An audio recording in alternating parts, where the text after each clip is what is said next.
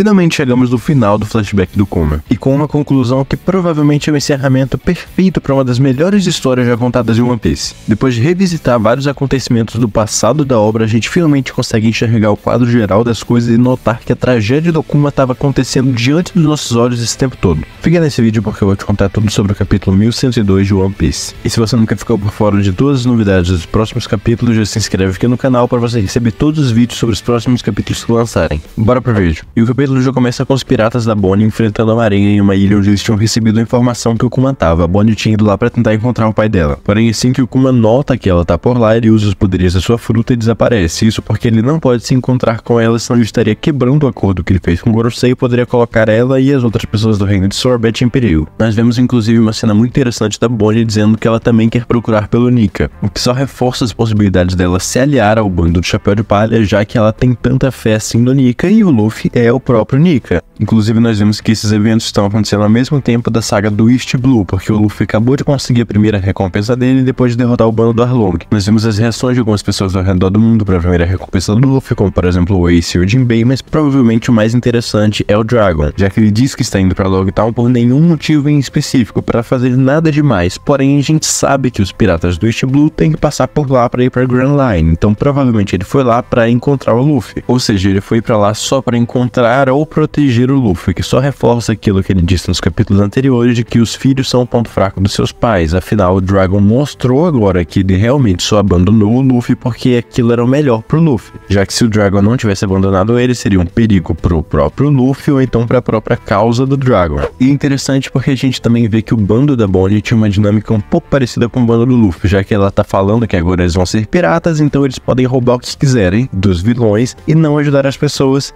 se possível. Ou seja, eles não roubavam nada das pessoas comuns, só dos vilões, e ajudavam as pessoas. Semelhante à dinâmica do bando do Chapéu de Palha. Nós também descobrimos que a Bonnie usa aquele batom para parecer mais adulta e usa aquele piercing porque, segundo ela, se não tivesse nada na bochecha dela, o Kuma poderia não reconhecer que era ela. Então nós vemos uma conversa do Kuma com o Dr. Vegapunk, que se passa pouco depois da saga de Enies Lobby na cronologia de One Piece. E é interessante porque o Kuma já tinha começado a perceber que o Luffy tinha algo de especial, porque ele disse que por alguma razão um homem que desafia o governo com o poder da borracha parece o ídolo dele, o Nika. Então nós vimos o fim de Thriller Bark, onde o Kuma ataca o bando do Chapéu de Palha, e nós revisitamos a cena do Não Aconteceu Nada do Zoro, que fica ainda mais legal agora porque a gente viu o ponto de vista do Kuma e o próprio Kuma comenta que aquela quantidade de dano deveria ser capaz de nocautear até mesmo ele, que demonstra ainda mais o quão grande era a determinação do Zoro em proteger o Luffy. Então nós vamos para o arquipélago de Sabaody, onde os Chichibukais já estão sendo convocados para poder ajudar a marinha na guerra contra os piratas do Barba Branca. E aqui nós vemos uma curiosidade muito interessante, porque naquela cena onde ocorre a introdução da Bonnie, na verdade o Kuma estava observando ela de fora do restaurante. Não só isso, mas o Kuma também observou o bando do Luffy enquanto eles atacavam os Tenryubitos durante o leilão humano. E a famosa cena do Kuma dividindo todos os membros do Chapéu de Palha e mandando eles voando para diferentes lugares com a sua fruta fica ainda mais emocionante agora que a gente descobriu que aquilo era uma despedida do Kuma. Afinal, ele já sabia o que ia acontecer com ele e ele fala que vai deixar silenciosamente a prova que ele viveu nesse mundo na Bonnie e no futuro desse garoto, o Luffy. Enquanto o Kuma termina de separar o bando do Luffy para proteger eles, ele fala que um dia o Luffy será o homem que vai salvar o mundo. E nós vemos que após esse evento, o Gorosei Saturn pede para que o Vegapunk instale um sistema de autodestruição no Kuma, dizendo que eles podem até estar no topo da hierarquia de comando do controle do Kuma, mas caso ele cede o controle e não tenha ninguém por perto para dar as ordens, ninguém vai poder parar ele. E o Vegapunk pede para que em troca disso ele possa colocar um pouco da personalidade do Kuma, e fala que ele inventou um circuito para o cérebro que permite trocar entre dois estados de consciência, algo como se fossem múltiplas personalidades. O Gorosei nega, dizendo que isso é uma ordem e fala que não vai permitir que o Vegapunk mantenha a consciência do Kuma. E apesar do pedido ter sido negado, só a existência disso já é muito interessante porque pode ser que de forma escondida o Vegapunk tenha conseguido fazer isso e ocultar dos Gorosei. E talvez ele tenha deixado algum tipo de mecanismo ou sinal secreto para fazer com que haja essa troca de personalidade, dessa forma preservando a humanidade do Kuma para o futuro. Quem sabe até mesmo fazendo com que hoje em dia o Kuma recupere a personalidade dele. E nós vimos que o Kuma conseguiu escutar a conversa do Vegapunk com o Gorosei e ele conseguiu fazer isso graças à super audição que o Vegapunk deu para ele. Ou seja, o Kuma recebeu várias outras habilidades especiais por causa do seu corpo cibernético que a gente não viu. Ele literalmente foi transformado em um super soldado em vários aspectos diferentes. Então nós finalmente chegamos no dia onde o Vegapunk vai ter ter que apagar a personalidade do Kuma. E o Vegapunk explica que o primeiro trabalho dele vai ser lutar contra os piratas do Barba Branca, e o Kuma fala que tem mais algo que ele gostaria que o Vegapunk programasse ele pra fazer, que o Vegapunk já sabia, que era sobre proteger o navio do Chapéu de Palha. E o Kuma explica que é porque ele não vai poder testemunhar o crescimento deles, então ele quer pelo menos proteger o lar deles a todo custo. E o Kuma fala que as ações do Luffy estremecem o coração dele, e que Nika era apenas uma lenda, mas ele disse a Bonnie que existia um guerreiro que fazia as pessoas sorrirem ao ritmo da liberdade, e se houver um herói que um dia mudará os mares, ele acredita que vai ser o Luffy. Então nós vemos a cena do Kuma removendo as próprias memórias, e ele explica que aquela ação não apaga as memórias dele, mas sim funciona como um tipo de cópia e vão desaparecer assim que forem tocadas. O que é muito interessante, porque a gente sabe que essa bolha que estava no laboratório do Vegapunk foi tocada pela Bonnie. Porém, até onde a gente sabe, não tem nada que impeça o Kuma de fazer outras cópias das memórias dele dessa forma. E assim, teoricamente, ele poderia ter mais arquivos guardados com as memórias dele para talvez voltar no futuro. Nós também vimos o Vegapunk explicando que ele fez um sistema que vai permitir ele visualizar as memórias do Kuma sem tocar na bolha. Então nós temos uma cena linda onde nós vemos todos os momentos principais da vida do Kuma, desde o seu nascimento até quando ele vira um escravo, quando conhece o Ivankov e a Guine, quando ele consegue fugir, quando entra para os revolucionários, quando ele se despede da Guine, quando ele conhece a Bonnie, quando ele encontra o Dr. Vegapunk e descobre que ele poderia curar a Bonnie. E o Dr. Vegapunk se acaba em lágrimas enquanto ele se despede do Kuma, que tá pronto para morrer sorrindo, e ele fala que o Kuma é um verdadeiro herói da Bonnie e de todos.